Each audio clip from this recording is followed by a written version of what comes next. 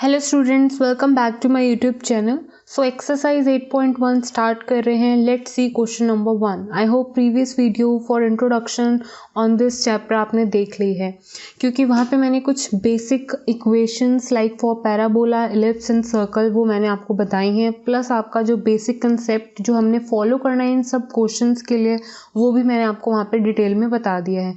यहाँ पे भी मैं आपको प्रॉपर एक्सप्लेनेशन दूंगी, राइट। सो पहला क्वेश्चन एकदम ध्यान से पढ़ते हैं। Find the area of the reason bounded by the curve. First of all इस चैप्टर में हमें निकालना ही क्या है, शेडेड रीजन का एरिया निकालना है। सो काम क्या करना है हमको, जो भी हमें फाइंड आउट करेंगे, first of all equations, lines, whatever जो भी गिवन वैल्यूज होंगी उन सब से आपको एक वैल्यू पता चलेगी। Like value in the sense एक रीजन पता चलेगा कि आपको इस रीजन को शेड करना है, पर्टिकुलर रीजन को शेड करना है। शेड करने के बाद उसका एरिया निकालना है।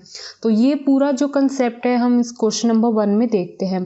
So find the area of the reason bounded by the curve this. तो यहाँ पे मुझे कर्व को देखते ही पता चल गया कि ये एक पैराबोला की इक्वेशन है एंड ये वाली इक्वेशन ड्रॉ कैसे होगी। अगर स्टूडेंट्स को यही नहीं पता होगा कि इक्वेशन किसकी है और कैसे ड्रॉ होगी, सो आप ये चैप्टर में बहुत डिफ़िकल्टी आपको फॉलो करनी पड़ेगी। लेकिन अगर आपको ये सब के बारे में पहले से ही नॉलेज होगी, इक्वेशन के बारे में पता होगी कि इक्वेशन कैसी ड्रॉ भी होगी और किसकी इक्वेशन है, तो आपके लिए बहुत ही सिंप्लीफाइड वे में ये क्वेश्चन सॉल्व हो जाएगा।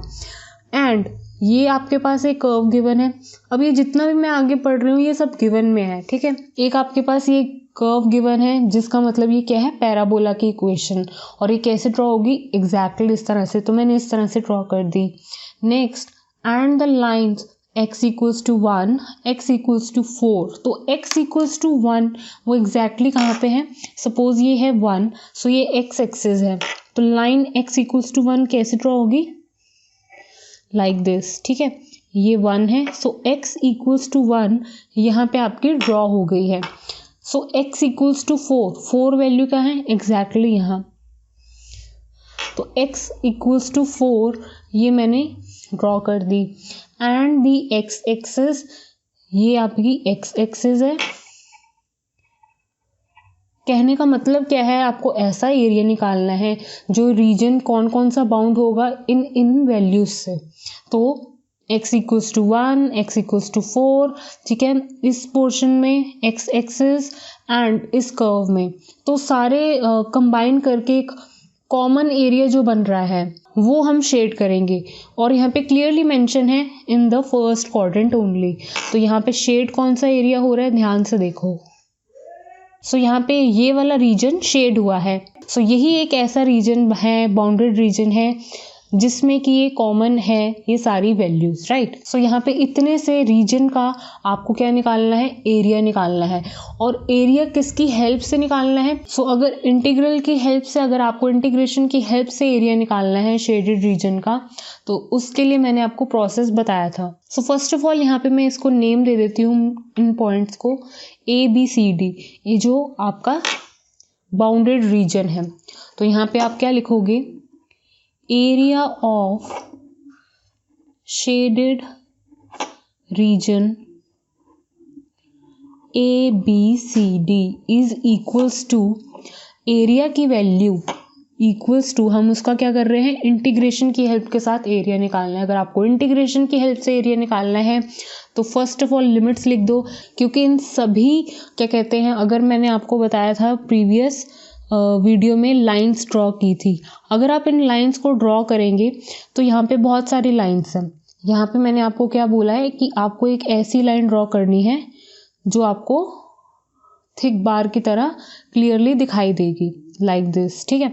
तो उसका मतलब क्या है, ये इस स्मॉल चेंज को आपको मैंने बताया था क्या नाम देना है, dx। और ये जो बार की हाइट है, थिक लाइन की हाइट है, वो क्या है, y की जितनी है, राइट।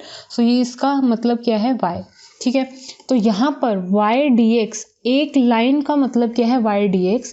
तो मतलब अगर मुझे सभी लाइंस का, क्योंकि ये पूरा रीजन चाहिए, तो अगर मुझे सभी लाइंस का एरिया निकालना है तो मतलब मुझे पूरी वैल्यू लेनी होगी यहाँ से लेके यहाँ तक, मतलब सभी लाइंस को उठा के कंबाइन करके उसका एरिया निकलेगा, राइट। तो इसलिए लिमिट्स लगी हैं 1 से लेके 4, तो पूरा एरिया आपका आ जाएगा यहाँ से लेके यहाँ तक, ठीक है, covered by this.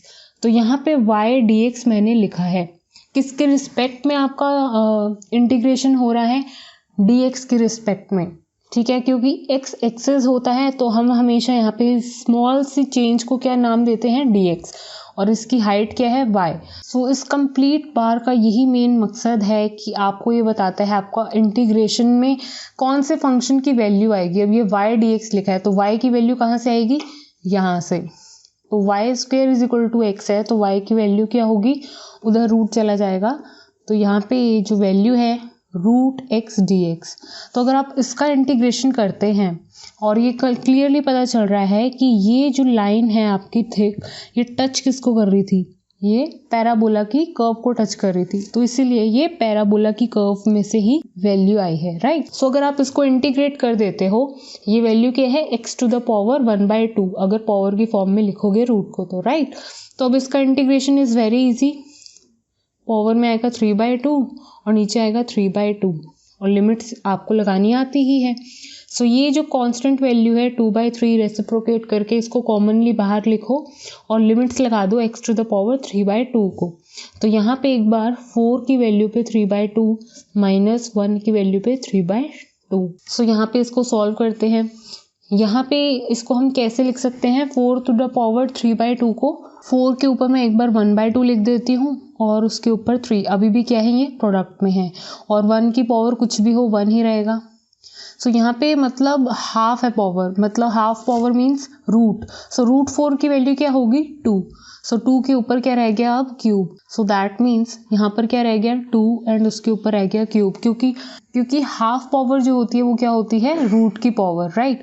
So half power को हम रूट में लिख सकते हैं इजीली, दैट मीन्स रूट 4, तो दैट मीन्स 2 और ऊपर क्या रह गया, cube. So that means 8 - 1 is 7। So 2/3 into 7 that means 14/3। सो यहाँ पे आपने एरिया निकालना सीखा शेडेड रीजन का, कैसे, वो बहुत इजी था। सो अगर आप क्लियरली ड्रॉ करेंगे तो आपके लिए उतना ही बेटर है एंड टीचर को भी क्लियरली पता चल जाएगा। सो डायग्राम बहुत इंपॉर्टेंट है, हर एक क्वेश्चन में डायग्राम ज़रूर बनाना है, डायग्राम नहीं बनाओगे तो डेफिनेटली मार्क्स कट होंगे। सो यहाँ पे देखो, आपको हर बार सारी लाइंस ड्रॉ करने की ज़रूरत नहीं होगी, ये जस्ट मैं आपको क्लियरली एक पिक्चर दे रही हूँ कि ये ऐसा ना हो कि क्लियरली आप इस तरह से भी बना सकते थे। ये हो गया x equals to line 1, namings तो ज़रूर दे देना, लेकिन यहाँ पे बस आप अगर एक लाइन, ये थिक वाली लाइन ड्रॉ करते और यहाँ पे शेडेड रीजन लाइक इस तरह से लाइट लाइंस के साथ भी दिखा देते तब भी सही था, राइट। सो यहाँ पे कुछ ज़्यादा ही खिचड़ी पक चुकी है, कोई बात नहीं, नेक्स्ट क्वेश्चन देख लेते हैं। तो क्वेश्चन नंबर 2 भी मैंने ऑलरेडी आपके लिए सॉल्व करके रखा है, क्योंकि एग्जैक्टली सिमिलर है क्वेश्चन नंबर 1 की तरह। फाइंड करना था यहाँ पे भी एरिया शेडेड रीजन का, दैट मीन्स बाउंडेड रीजन का, किन कर्व्स के साथ, इस कर्व के साथ। ये पैराबोला की कर्व है, आपको क्लियरली पता है जब y square is equals to कुछ वैल्यू होती है तो आपका पैराबोला इस तरह से बनता है।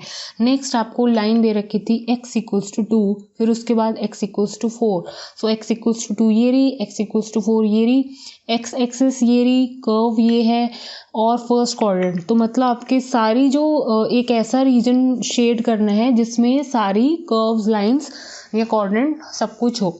तो पहला क्वाड्रेंट मतलब इतना सा पोर्शन, ये नहीं चाहिए। दूसरी बात x एक्सिस ये हो गई। फिर अगर आपके पास ये 2 लाइंस हैं तो मतलब आपको इन्हीं 2 लाइंस के बीच का एरिया चाहिए।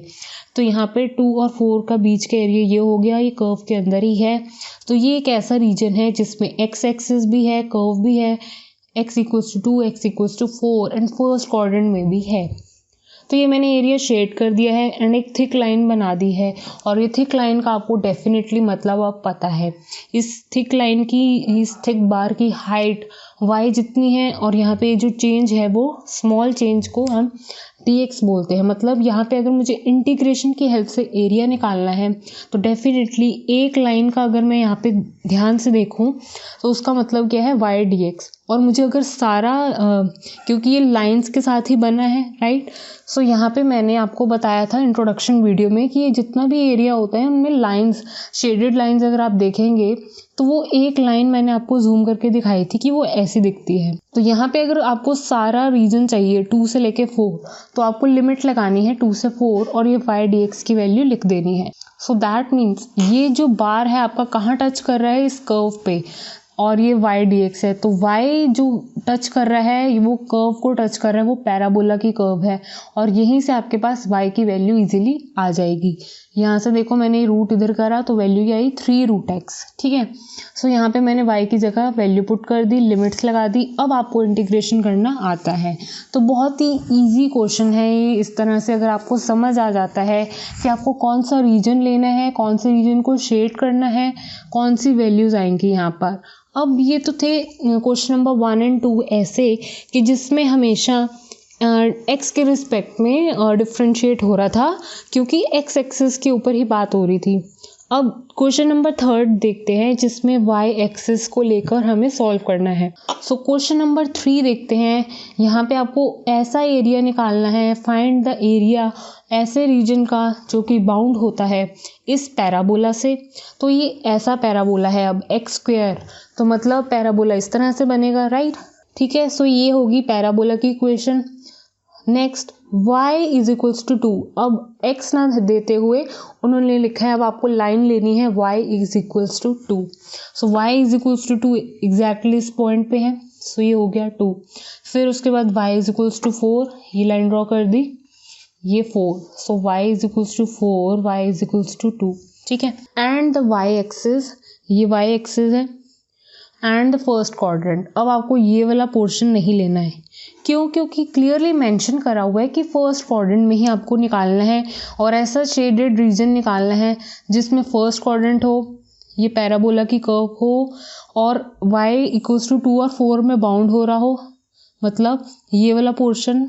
तो ये देखो, ये मैं लाइंस कितनी सारी ड्रॉ कर रही हूँ। ये वाला एरिया शेड हुआ क्योंकि ये y एक्सिस भी है, x = 2 से 4 भी है, पैराबोला की कर्व भी और फर्स्ट क्वाड्रेंट में भी है ना। तो ये ऐसा कॉमन एरिया है, तो इसलिए मैंने इसको शेड कर दिया लाइंस ड्रॉ करके बहुत सारी। लेकिन हमें पता है कि हम एक लाइन को अगर जूम करते हैं तो हमें एक थिक लाइन दिखाई देती है। अगर हम उसको शेड कर देते हैं लाइक दिस, तो इससे हमें पता चल जाता है कि अब इसकी हाइट कितनी है। तो ये देख रहे हो हाइट, ये x एक्सिस है, ये x एक्सिस जितनी हाइट है, तो यहाँ पे लिख दो x, और ये चेंज y एक्सिस पे है। ये जो जितना भी स्मॉल चेंज है उसको आप क्या नाम दोगे, dy। तो आपको ये टच कौन सी कर रही है, पैराबोला की इक्वेशन। तो यहाँ पे जब एरिया ऑफ शेडेड रीजन लिखोगे ABCD, तो पूरी कहानी लिख देना यहाँ पे। तो ये कहाँ से कहाँ तक है, 2 से लेके 4। इसकी लिमिट आपको यहीं से यहीं पे ली। क्यों ली? क्योंकि अगर मुझे एक लाइन का मतलब पता है x dy, लेकिन मुझे सभी लाइंस चाहिए क्योंकि ये मुझे सारा शेडेड रीजन चाहिए, तो वो 2 से लेके 4 तक है, तो इसलिए 2 से 4 और x dy, ठीक है। अब x मतलब ये जो है आपका बार कहाँ पे टच कर रहा है, इस कर्व को टच कर रहा है, तो यहाँ पे इस कर्व से ही आपके पास x की वैल्यू आएगी, और देखो बहुत इजीली आ जाएगी, इस साइड रूट जाएगा तो। सो यहाँ पे x में मैं क्या डाल सकती हूँ, 2√y, 2 जो कांस्टेंट है उसको बाहर लिख दो। अब आपको √y का इंटीग्रेशन करना है, नथिंग एल्स। सो जो कि बहुत ही ईजी है। y की पावर क्या है, हाफ, क्योंकि रूट को अगर पावर में लिखना है तो उसका मतलब क्या होगा, 1/2। सो अब इसका इंटीग्रेशन कर दो। सो वैल्यू क्या आएगी, 3/2। सो यहाँ पे डिनोमिनेटर में भी 3/2 आएगा, लेकिन उसको रेस्प्रोकेट करोगे तो 2/3।